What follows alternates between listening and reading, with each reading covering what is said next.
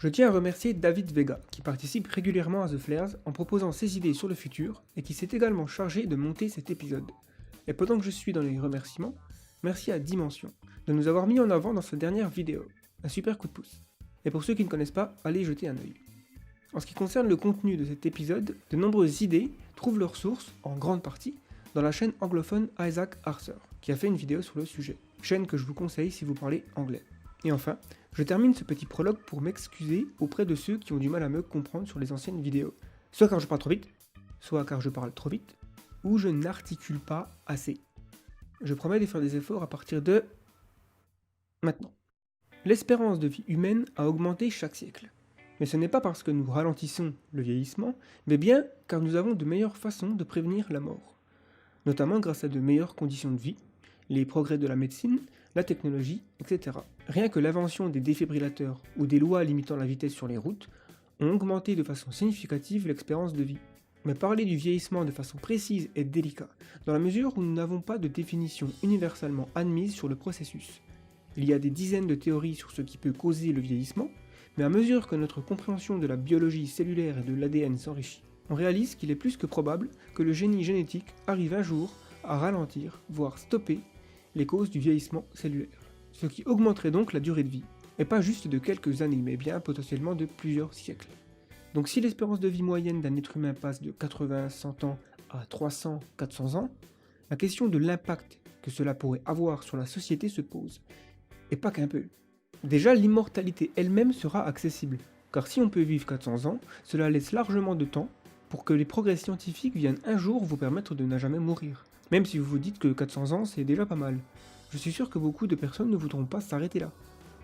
Après, il faut bien faire la distinction entre immortalité biologique et invulnérabilité. Même si vous ne mourrez plus de cause naturelle, cela n'empêche pas la faucheuse d'intervenir. La véritable immortalité ne peut tout simplement pas exister dans notre univers, car l'entropie sort toujours vainqueur. En tout cas, je pense. Donc si demain, une pilule arrêtant le vieillissement est développée, faut-il l'autoriser ou non? Comment réguler? Quels sont les problèmes qui vont être posés sur la table des comités d'experts? La civilisation telle qu'on la connaît en sera profondément bouleversée. Déjà, l'idée la plus courante sur le sujet, c'est que si les gens ne décèdent plus naturellement, la planète va se retrouver surpeuplée, et nous allons tous mourir de faim. Mais en regardant les statistiques, on se rend compte que c'est loin d'être si évident. Chaque année, environ 131 millions de personnes naissent et 55 millions décèdent, ce qui signifie une augmentation annuelle de la population de 76 millions, et des poussières. En admettant que personne ne meurt de cause naturelle, cela signifierait 131 millions de personnes de plus chaque année. Mais les décès artificiels, homicides, accidents, suicides, etc. sont à prendre en compte. Donc si on se dit que 0,1% de la population meurt, ce qui est évidemment une estimation très très basse, cela fait 7 millions de moins. Donc dans le pire des cas, cela donne une augmentation annuelle de la population de 124 millions. Il faudra 8 ans pour ajouter 1 milliard de personnes au lieu de 13 ans. De plus, la croissance démographique étant en train de ralentir pour se stabiliser dans les prochaines décennies, voire même baisser à la fin du siècle, l'extension de l'espérance de vie a peu de chances de contribuer radicalement à la surpopulation. C'est certes un problème, mais pas le plus urgent à traiter. Ensuite, on pourrait se dire que si les gens peuvent vivre des siècles, alors ils feront des dizaines et des dizaines d'enfants. La fertilité augmente logiquement avec l'immortalité biologique, car on a des siècles pour enfanter. Mais cela ne signifie pas forcément un boom des naissances. De nos jours, nous avons tendance à faire des enfants plus tard, et souvent, nous décidons d'en faire avant d'être trop vieux pour prendre soin d'eux et en profiter. Mais si on peut vivre 300 ans, pourquoi faire un bébé à 30 ans? De nombreuses personnes choisiront de devenir parents après le premier siècle passé. Et si les personnes âgées ayant pris cette pilule miracle retrouvent la fertilité et la jeunesse, je ne suis pas sûr qu'ils souhaitent refaire un lot de gamins. Certains le feront, mais peut-être pas la majorité, surtout s'ils ont déjà des petits-enfants. Et une loi pourrait être promulguée stipulant l'interdiction de faire un enfant avant ses 100 ans, une sorte de nouvelle majorité sexuelle. Donc là encore, le problème de la surpopulation ne serait pas le premier à prendre en compte. C'est pas plus sérieux que ce qu'il est déjà aujourd'hui. La retraite est un problème bien plus sérieux. Si tous les retraités retrouvent leur santé, alors une manière simpliste de traiter la question est de les dé-retraiter, c'est-à-dire les rendre de nouveau actifs. Mais il risque d'y avoir beaucoup de mécontents, et c'est légitime de l'être dans cette situation. Si vous venez tout juste d'avoir 65 ans, Vous allez vous sentir bien con d'avoir cotisé toutes ces années de ne pas en profiter, car vous allez repartir au boulot. Et un papy de 80 balais ne se sentira pas forcément à l'aise de retourner bosser, même avec une jeunesse retrouvée. Sans parler du décalage de compétences et de la fracture générationnelle. Il ne saura tout simplement pas comment fonctionnent les différents outils et technologies les plus récentes. Une solution serait de maintenir une période de retraite et d'offrir le choix à ceux qui souhaitent redevenir actifs, une sorte de transition pendant plusieurs années. Et pour les jeunes qui entrent dans la vie active, ça se complique également, car pour occuper un poste dans une société, il faut que quelqu'un le libère, en partant à la retraite par exemple. Mais avec une espérance de vie de 4 siècles, l'attente sera longue. Et pour les patrons qui ont prévu de déléguer leurs entreprises à leurs héritiers, c'est pareil. De grosses sociétés pourraient être dirigées par la même personne pendant des siècles, bien qu'il est assez rare quand même de voir des entreprises perdurer à travers les époques. Le monde pourrait ainsi évoluer en une gérontocratie, c'est-à-dire une société dirigée par les plus âgés. L'expérience est une chose qui a de la valeur, et plus vous devenez âgé, plus vous avez de chances d'acquérir du pouvoir, de l'influence et une position sociale élevée. En restant en forme pendant des siècles, le phénomène devrait être accentué. Est-ce que le président restera en place 150 ans au lieu de 5 ans? Et imaginez les athlètes qui n'arrêtent pas de s'améliorer chaque année, sans voir leur performance être altérée par l'âge. L'équipe de France de football restera peut-être la même pendant un siècle. Imaginez à quel point ils pourraient être forts collectivement en s'entraînant tous les jours pendant 100 ans. La même équipe pourrait gagner 25 fois la Coupe du Monde. Messi serait le meilleur joueur du monde pendant les 3 prochains siècles. Et imaginez le niveau de qualité d'un groupe de musique qui joue en live depuis 200 ans. Le niveau d'un artiste qui pratique son art depuis 300 ans. Le degré d'expertise qu'un physicien quantique pourrait acquérir.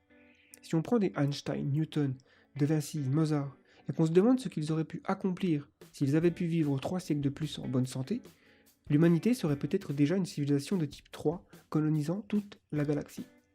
Bien sûr, on peut également y voir l'inconvénient de n'avoir que très peu de renouvellement, et une difficulté bien plus grande à percer pour les plus jeunes générations.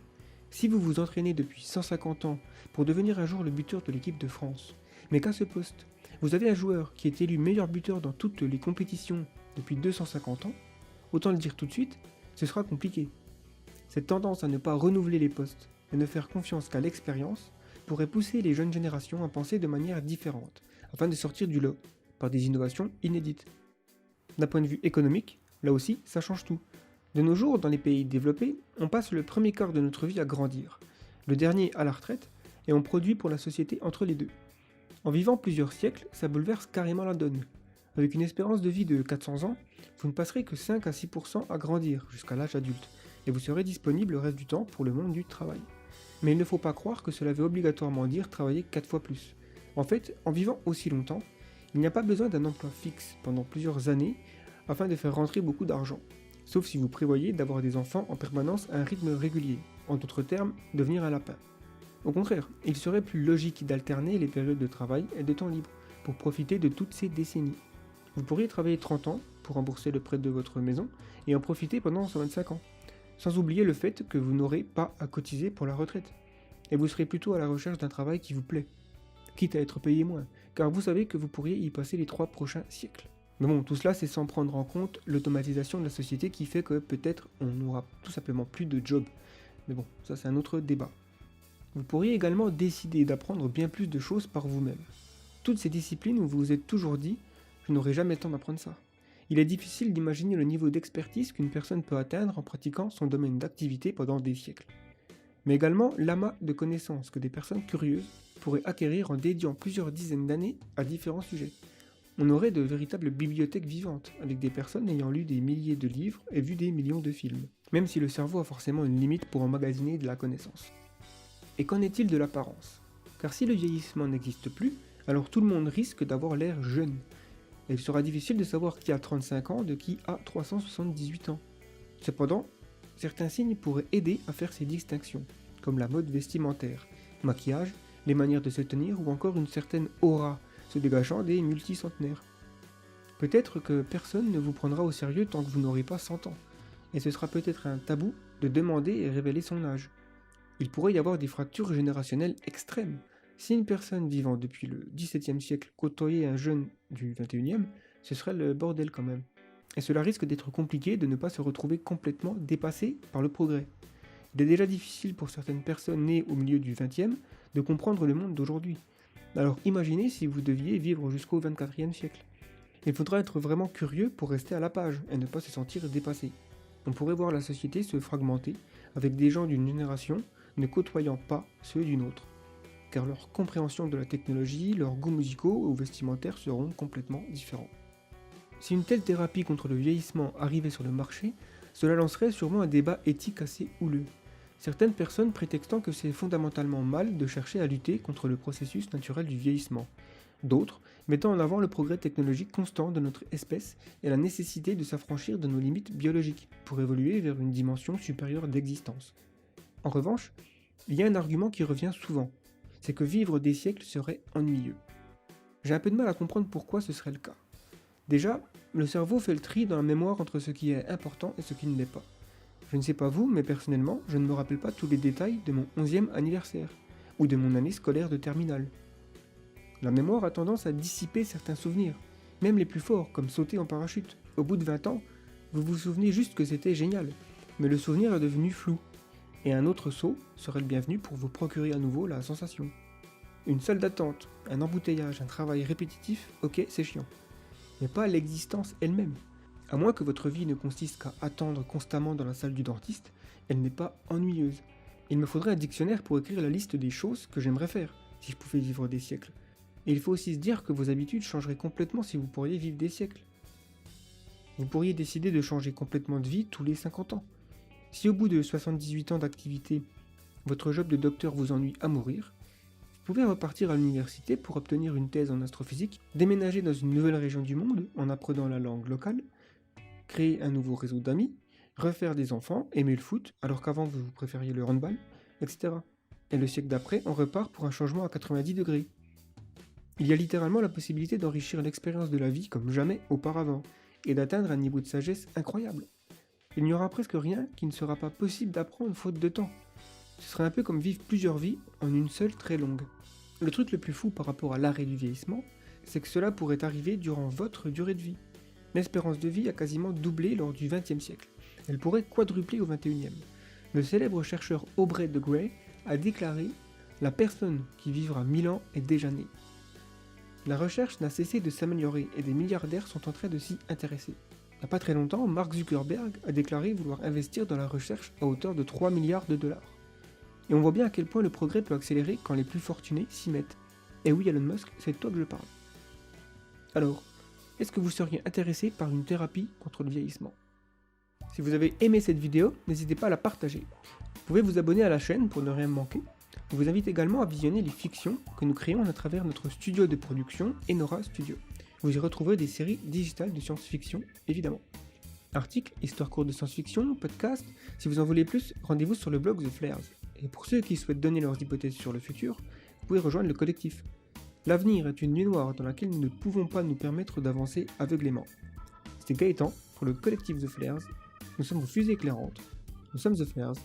Merci et à bientôt!